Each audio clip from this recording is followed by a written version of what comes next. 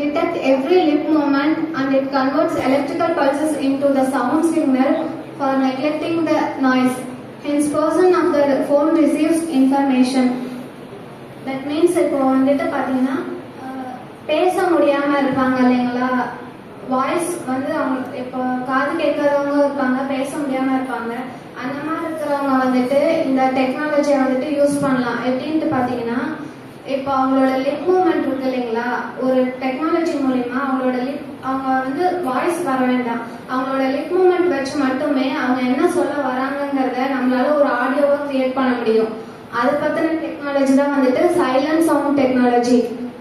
இத அந்த சிக்னல் மூலியமா ரிசீவ் பண்ற ரிசீவருக்கு அவங்க வந்து பேசுறனாலும் அவங்களோட லிப் மூவ்மெண்ட் மூலியமா அவங்க என்ன சொல்ல வராங்க அப்படிங்கறத ஒரு ஆடியோவா கிரியேட் பண்ணி ரிசீவருக்கு நம்ம சென்ட் பண்ணுவோம். அவங்க அது மூலியமா அவங்க சொல்ல வர விஷயத்த தெரிஞ்சுக்கலாம். இதை வந்து பேச முடியாம இருக்கவங்கள யூஸ் பண்ணிக்கலாம். நெக்ஸ்ட் பாத்தீங்கன்னா existing system. It will allow people to speak without using their vocal cords. That means இப்போ வந்துட்டு அவங்களோட வாய்ஸ் வர தேவையில்லை, அவங்களோட லிப் மூவ்மெண்ட் மட்டுமே நமக்கு போதும் இந்த டெக்னாலஜி யூஸ் பண்றதுக்கு. அவங்க பேசணும், அவங்களோட வாய்ஸ் வந்து வெளியே கேட்கும். Myself Akash, Blue Eye Technology. Blue Eye Technology அப்படின்னா இப்போ வந்துட்டு நம்ம கம்ப்யூட்டர் மூலியமா இப்போ நமக்கு என்ன தேவையோ அதை வந்து எக்ஸ்பிளைன் பண்ணி அதுவே நமக்கான அவுட்புட்டை கொடுக்குறோம். இதுல வந்து எப்படின்னா 2 விதமான இது இன்புட் அண்ட் அவுட்புட் கொடுக்கறதுக்கு இருக்கு.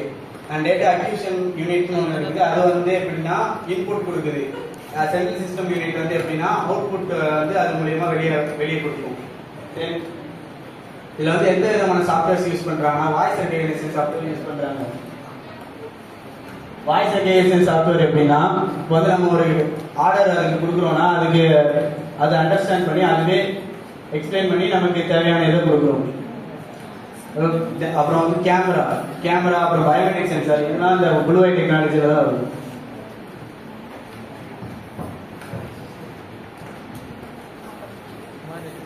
இதுல வந்து நம்ம மில்ட்ரிக் யூஸ் பண்ணலாம். அதை வந்து நம்ம என்ன மாதிரி கிரிமினல் வர்றாங்க அந்த மாதிரி டிடெக்ட் பண்ண முடியும். அடுத்து வந்து நம்ம என்ன மாதிரி வெப்பன் வச்சு அது மூலியமா எப்படி அட்டாக் பண்றாங்க அந்த மாதிரி இது பண்ணி சென்சார் பண்ண முடியும். அடுத்து இதோட நீட் என்னன்னா need of blue eye technology.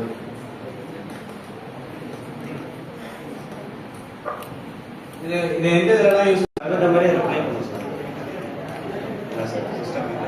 நமக்கு தெரிஞ்ச மாதிரி ரிப்ளை பண்ணும். நம்ம எந்த மாதிரி ஃபீல்ட்ஸ் தரணும் அந்த மாதிரி. பெனிஃபிட்ஸ் வந்து ஹாப்பியா சேடா இருந்தோம்னா நம்ம லோவா idea and our proposing idea, hardware software components required, domain we are using in our idea, conclusion and reference. Abstract.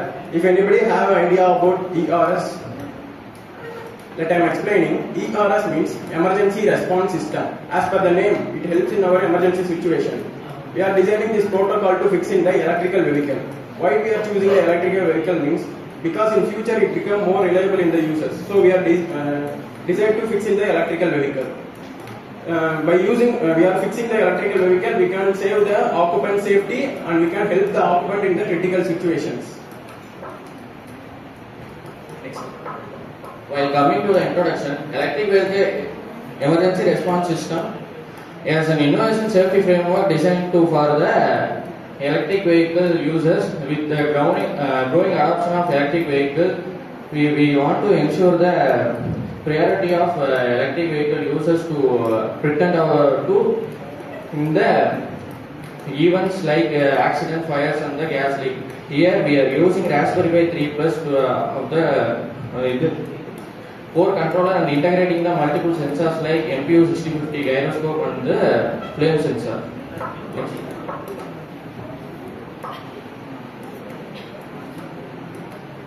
Existing system.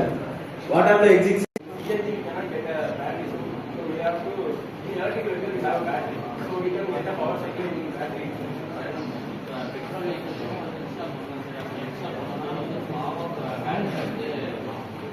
கம்மியாக இருக்குது. பேட்டரி இன்ஸ்டால் பண்ணோம்னா வந்து